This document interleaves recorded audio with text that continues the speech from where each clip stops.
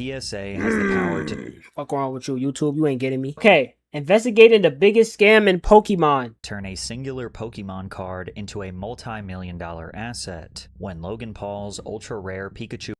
Hold on, y'all want to see my collection? Nah, my shit trash though. But I just started though. We got Mega Skarmory, some Mega guy. Boom. This shit like $2, worth like $2. We have Hippo. We have another Hippo. We have, this is my favorite one, not gonna lie. Luxio, something. This my favorite one. He look cool as hell. 16 million. Is it because the jewelry on that bit too? A single grade point lower and the card's value drops to 1.4 million. I mean, damn, that's a crazy ass thingamabobber, but $1.4 million for a card though. As well, it's crazy how like shit changed. Like back in the day, you know, it was just like kids, you know, wanted to collect cards and shit. So I used to get Beyblades though. I'm surprised. Do Beyblades go for a lot of money and shit? Cause I remember I used to love like getting like different type of Beyblades. Has the ability. I remember I had traded up to a fucking Eldrago, which was my favorite one, bro. And then I found out that that shit is for, cause he was left-handed, so the Beyblade shit was for left-handed people. I was like, holy shit. But he was tough though because he could absorb. He could absorb. So like, say his spinning was running low, you hit him, it would like speed him back up type shit. That was tough. This right here, this was my shit. Eldrago, his shit was this was mine, bro. There's bound to be corruption, and a recent pattern of major screw-ups has many people suspicious of PSA. Yo, yeah, Ludwig did a video on, he like took his card to different places to see the ratings on it. And then PSA, I heard it's like PSA, since they like the biggest one, I think, they purposely don't give 10s because they want to control the market. So like, they wouldn't give you a card a 10. They give that shit a 9, and then you sell it to them, and then they'll flip it and make that bitch a 9, and then put it up for sale. Authenticated cards that were altered to look perfect. Their grading system has been exposed as extremely inconsistent, and they've even admitted to straight up destroying high value cards during their process. That's low key what I want though. Like I want a actual like with the Japanese text, bro. That shit clean. Even admitted to straight up destroying high value cards during their process. And those are just the mistakes that we can 100% prove. There are countless grading decisions that happen every single day that are losing people hundreds, thousands, and in extreme $500,000. Extreme cases, damn. One piece going for a hit for hymns? Millions of dollars, which is why when you dig deeper into PSA, the more insane it becomes that a multi-billion-dollar industry revolves around a tiny number on a piece of plastic. Before PSA became synonymous with corporate greed, they were actually providing an extremely consumer-friendly service. PSA, which stands for Professional Sports Authenticator, didn't even know that. A universal standard to determine how much a card was worth. Think back to elementary school at the lunch table. Hold on. Your friend has a bag of chips, and you're willing to give up your ding-dong in exchange for it. The chips aren't objectively more valuable than the ding-dong, but if both of you are satisfied with the trade, then it really doesn't matter. Facts. Sports cards and trade. But me personally, I wouldn't trade no fucking ding. I wouldn't even have a ding dong, but I wouldn't trade no chips for no ding dong, bro. Trading cards used to be the same way. If you got some Oreos or some Charizard card and you wanted my Pikachu card, we'd just swap them and be done with it. But eventually, how rare the cards were became a factor to consider in the trade. All of those factors is what PSA considered to determine how much a card was worth, which resulted in people paying big money for cards in all different niches. PSA essentially created the industry standard guide of what matters when buying or selling cards. In a close inspection, a trained PSA grader validates a card's authenticity, ensuring that it is officially licensed merchandise and not a knockoff. They assess any potential damage, such as rips, tears, scuffs, folds, and finally, they give a grade to the card's overall condition on a 1 to 10 scale. And at the end, they carefully encapsulate the card in a protective case to preserve its condition, with a label displaying its name and official PSA grade. Before PSA was rotting the industry from its core, it was actually meant to preserve the integrity of it. But as their power and influence grew, they started moving away from being a humble service for hobbyists and developing into a corporation. Hold on, gotta go. I'm that bathroom. Bro, this might be better, bro. I ain't gonna lie, Culver's might be better than Five Guys, dude. They might be better than Five Guys, bro. Fully fixated on profits, PSA expanded their company This shit beyond just almost grading done, cards. They This integrated hoe with good. eBay to create the PSA Vault, which helps store, list, sell, and ship trading cards for their customers. So if you wanted to sell your recently graded card, you could have them take care of the entire selling process from start to finish with little effort. PSA even offered a buyback service where they would purchase the card directly after grading. And some interpret this as kind of a conflict of interest. You're handing a company your card, they're deciding how much it's worth, and then they're offering to buy it. That's what I'm saying, bro. They put your hold on. I think somebody touched me back about the monitor. Alright, someone is planning to pick up, but if it falls through, I'll let you know. From you themselves. If they plan on reselling the card for a profit, they have every incentive. Yeah, that's what I'm saying though, bro. Like they put yours 8.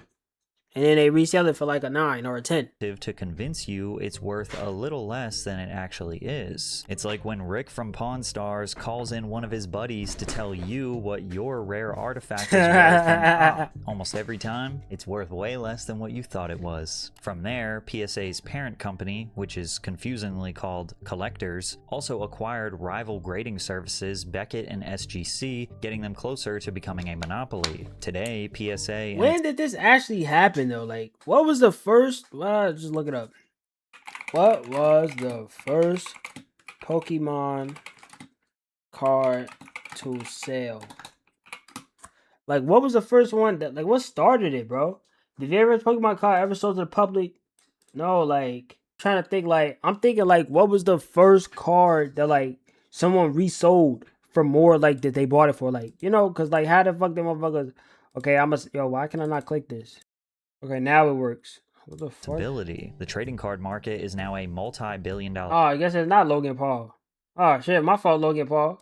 industry, and basically every collector on the planet Well, if he's not there yet, maybe. I don't know. relies on PSA's labels to determine that each card they received was authentic and in perfect condition. And when PSA makes mistakes, they aren't just minor disputes. They have the potential to be catastrophic errors that can bankrupt a collector. But before we get into that, we all live busy lives. There are so many things to do, and it never feels like there is enough time in the day. You should the old baseball card sold for $2,800. It had slight imperfections, including in 2017, a 1952 Stan Musial baseball card sold for $2,800. It had slight imperfections, including a black dot on the border, as well as a few small scuffs on his jersey. All things considered, the card was still in great condition and received a PSA grade 9. 7 months later, another copy of the card was sold, this time a PSA grade 10, for a price of $28,100. The problem is, these were the same exact card. Natural markings on the back of both were identical, meaning that somebody came up imperfections and resubmitted it to PSA, got a higher grade, and made tens of thousands of dollars. PSA's look.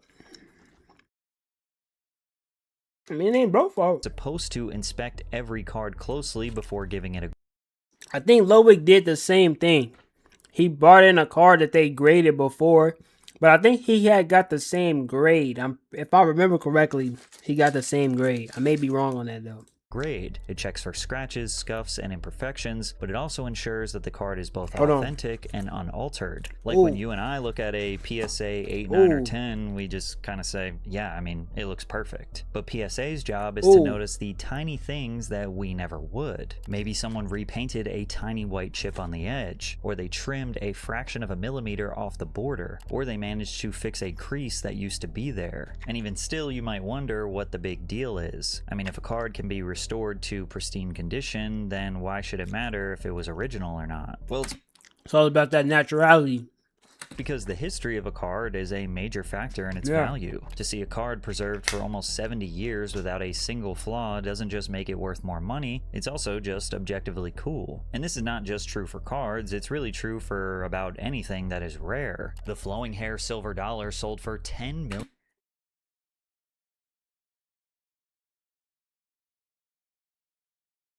So y'all paid $10 million for $1. million in 2013. That's because this coin was the first dollar coin issued by the United States federal government in 1794. Okay. Somehow, someway, this little coin was preserved for 220 years. If nobody cared about preserving anything that was rare, then we'd all just buy one-to-one bootlegs. Authenticity matters, and PSA was meant to ensure all aspects of a card were authentic, but they messed up too many times to count. A Billy Maloney card from the early 1900s was purchased for $81 before being altered, regraded, and sold for a $900 profit. A 1952 Mickey Mantle card was altered and sold for a 4.5 sold for $81. I never seen no shit like that. A grade a PSA 7 sold for almost $1,000 for a $900 profit. A 1952 Mickey Mantle card was altered and resold for $14,000. But that's a 1, then a 1.5. Wow. $1,800. Ironically, a separate Stan Musial card from 1948 had its edges trimmed and sold for a nearly $2,000 profit. By 2019, hundreds of examples of altered cards that PSA had piled up, culminating in a class action lawsuit. The lawsuit went further than accusing PSA of making a few mistakes. It argued that trained graders should have been able to recognize the alteration and alleged that PSA knowingly allowed them to enter the market regardless. The situation That's what they do, bro. situation became too large for PSA to ignore, and they announced an internal investigation into the matter. Now, to be fair, PSA grades millions of cards every year, and these alterations were done specifically by the seller to deceive trained authenticators into getting a higher grade. It is possible that these specific instances were genuine mistakes, and someone just figured out how to beat the authenticators. But whether PSA approved the cards knowingly or made a genuine mistake, the result for buyers was the same. Altered cards entered the market with legitimate grades that people thought were original and could be sold for far more money than they were worth, which made people start to wonder if that little number in the corner could really be trusted. Sometimes customers are disappointed with the grade their card gets. Maybe they thought it was a perfect 10, but PSA found a small I'm happy with the grade of my first PSA submit. All looks great to me except for a small dimple on the white headband. And is it worth cleaning and resubbing?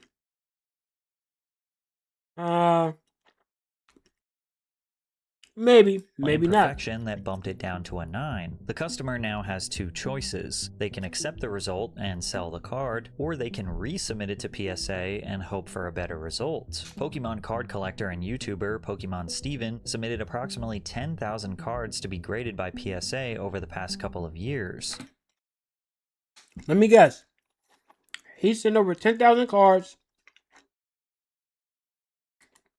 Let's say 10,000. Okay? He sent 10,000 cards. I would say about 40 of those cards were PSA 10. A little under 200 of his cards received unsatisfactory gradings. He believed that these cards were actually 10s, so he decided to resubmit them on the off chance that someone had made a mistake. Yeah, we spent a lot of money because I think grading costs like about $100 a card, I think, or something like that. Results were shocking. 81 PSA 10s. 81 PSA 10s. 189 cards in total, so 108 cards did not make the cut. 81 of the resubmitted cards were bumped up from a PSA 9 to a PSA 10. That's 42%. But he had not changed the card at all. The corners, the art, the surface were all exactly the same as when he submitted them the first time. The only thing that changed was the grade itself. And as discussed prior, how much were the cards difference worth between these two grades can mean the difference of hundreds, thousands, and in extreme cases, millions of dollars. What one inspector views as a 9, the other may view as a 10. And it's starting to seem like the only difference is how lucky you are when your card is being reviewed. PSA's grading system is supposed to be an objective measurement of the card's condition, but as more controversies pile up, the grading seems subjective.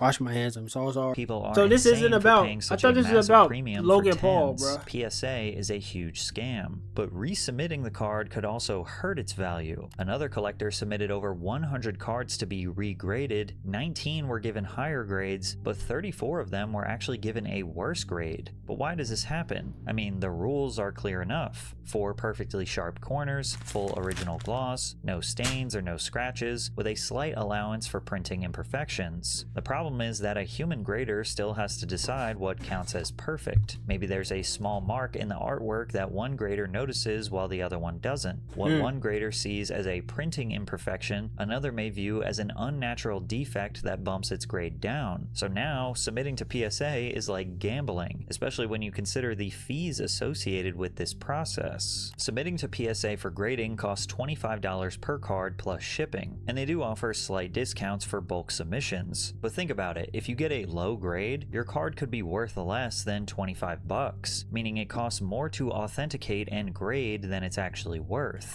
My fault. I thought it was like 100. My bad. However, if your card is worth more, PSA will charge you insane amounts of money to do the exact same grading as a worthless Oh, never mind.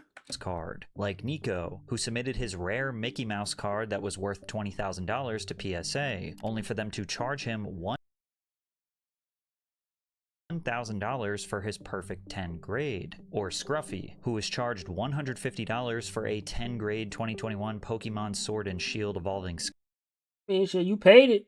Skies, and $600 for a 9 grade 2002. You can't just go to like, you know what I'm saying? Like you can't hit no underground shops and get your shit graded. Like, it gotta be PSA.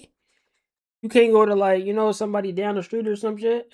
Charizard They're not reverse valid? foil. There's also John, who was told by PSA his card was worth $25,000, which is why he needed to pay them $1,000 to authenticate it, but then his card only sold for half the value they claimed it was worth. And no, they didn't give him a $500 discount and say, oops, we messed up. And he still made a great profit, but remember that the grading process for all of these cards is exactly the same, and you don't know what they are going to charge you until after they have already done the service. This has led some collectors to accuse PSA of intentionally having inconsistent grading so people will just keep submitting their cards for additional gradings. This is unlikely considering they've been shown to both overgrade and undergrade cards. Then again, there are stories that make it easy to understand why some collectors still remain skeptical. The most notable example of this is when a collector named Preston submitted 30 separate Pikachu Zekrom GX cards to PSA for grading. He anticipated that most of them would be perfect 10s, but he was shocked to discover that none of them received a perfect grade, with the vast majority of them receiving PSA 9s. In spite of his disappointment, Preston opted to sell the cards through PSA's buyback service. However, he kept records of the serial numbers on his cards and searched them later online to discover that 11 of them had been listed as perfect 10s.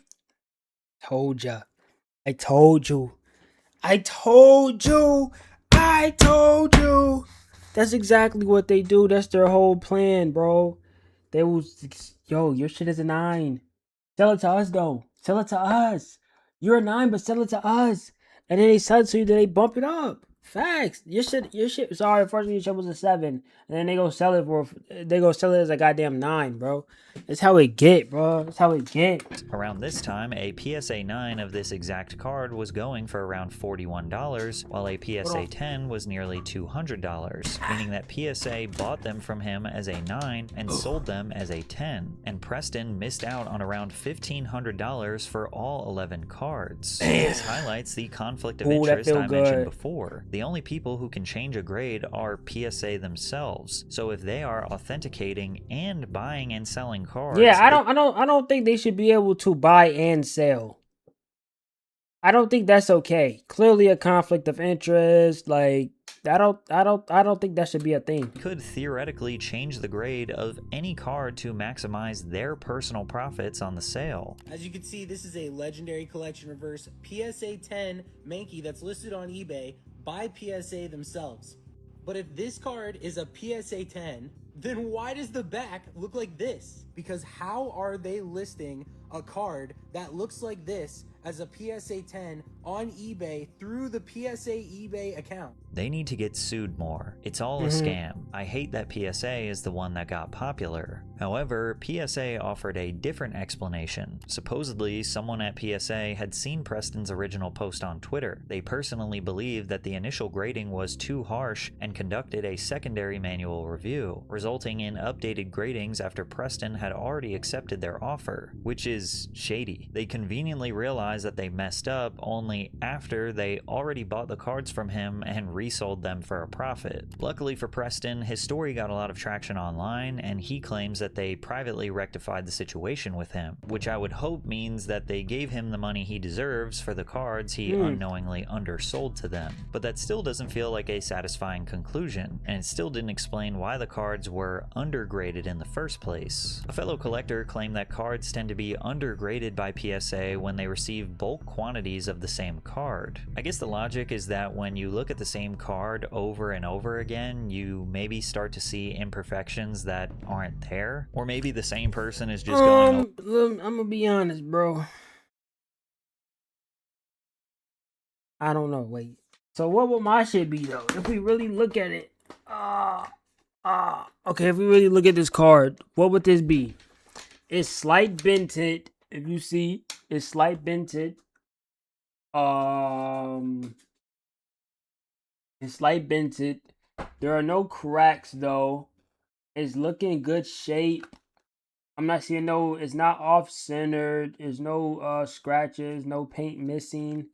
I say this it's bent though. So I say it. If it's bent, I think it goes down. Like, but how much though? I think it's just like probably like a 6 then if it's bent, because it is bent. Over all of them and is like, surely they can't all be 10s, so here's a 9. But obviously that would be corrupt and unethical business practices. But most importantly, PSA did not make the situation right with Preston until after he went viral on social media and gave them bad publicity. Was Preston the only person this happened to? Or was he just lucky enough to get attention online and put pressure on PSA to pay him what they owed? But one of the most insane controversies that gained traction online was when PSA admitted they damaged someone's extremely rare card, and many saw this as the final nail in the coffin for their reputation. Did they give him the money? Named Brian revealed that his PSA 10 Pokemon card was severely damaged while getting I'm suing, bro. Are you crazy? I'm suing. Did he sue? Hold on, that wasn't the news I wanted to hear, but it happened. PSA damaged my PSA 10 while it was getting reholdered. Stop. The car was impacted during encapsulation process and was deemed a PSA 6. Now they are saying that fair market value for the car is $20,000, with the most recent comp being in a public sale of $45,000. And I have no idea how their evaluation would make any sense. Multiple people have told me it's $60K plus, and I personally have an offer over that. PSA fixed this issue. This did lead the car to no longer merit a great PSA 10. So they not reimbursing him? Like, fuck. Holdered by PSA, bumping it all the way down to a grade 6. The card was a sky-splitting Deoxys, an extremely rare card released in limited quantities in 2004 and never printed in English. There were very few copies like this and in his condition, making Brian's card almost impossible to replace. Now, Brian was getting his card reholdered. Basically, what this means is he already submitted it before and it got a 10, but he was paying them to crack open the old plastic case and seal the exact same card into a brand new holder. Collectors do this all the time if the slab gets scratched, cracked, or it just looks old. A fresh holder can make an expensive card easier to sell because buyers know the case is brand new and the card had recently been inspected. The problem is that the moment PSA cracks the case open, they're handling one of the rarest cards in the world, and if anything goes wrong, the damage is permanent. PSA acknowledged that they had damaged the card and offered to reimburse Brian the full market value. 20,000. Think I will smack the shit out of you. which they determined to be $20,000. He wasn't happy with this, considering that the same card had sold for up to $45,000 around the same time, with others saying it was worth even more. Multiple people have told me that the Deoxys is $60,000 plus, and I personally have an offer over that. PSA fixed this issue. PSA got the $20,000 figure by averaging all of the recent sales of that same card. And this just seemed like a slap in the face, because at best they're offering half, and at worst a third of what it's actually worth. But the problem is they caused the loss of the card and then gave themselves the authority to decide how much that loss was worth. And rather than accepting their deal, Brian took to the internet. Once again, the community was furious, and this specific situation ramped up to a whole new level once Moist Critical made a video about it. This is where it gets extremely spicy. Never seen that, about to watch that. That card sold only a couple of weeks ago by PSA. And this is where it gets a little conspiratorial, but I think there's a lot of merit to it. How much they sell it for? Speculating that they didn't actually damage his card when reholdering it. The encapsulation process, it's a psyop. It's not real. What they're thinking might have happened is PSA, when reholdering that PSA 10, they did a doopsie swoop. They took it and then sold it themselves. And they did a doopsie swoop, and then they sold it, and then they said, "Yo, bro, we sold your card for $60,000.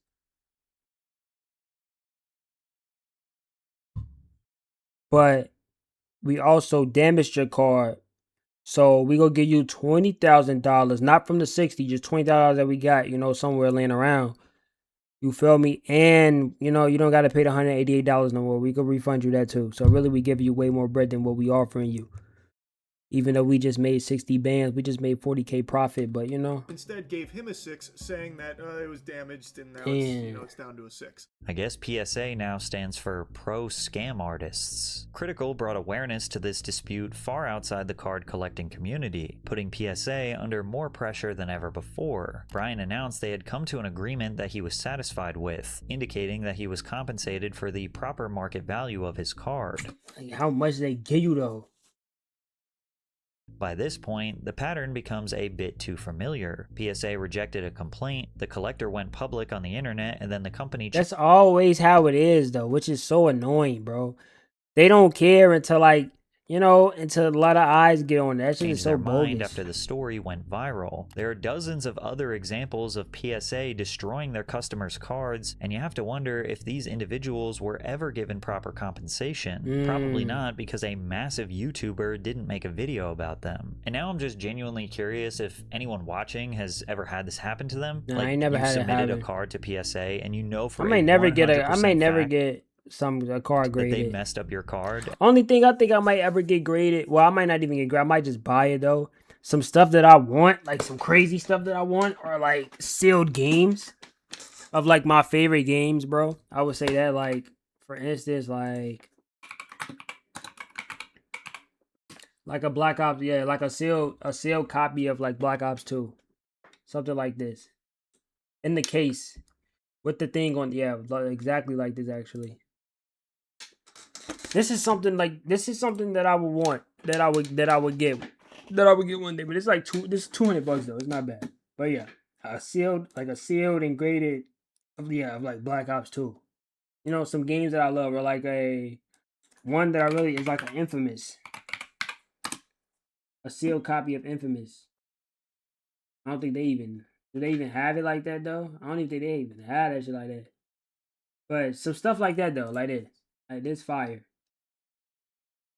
And then sent it back. But I wouldn't like buy, and then get it graded. I would just buy a graded one.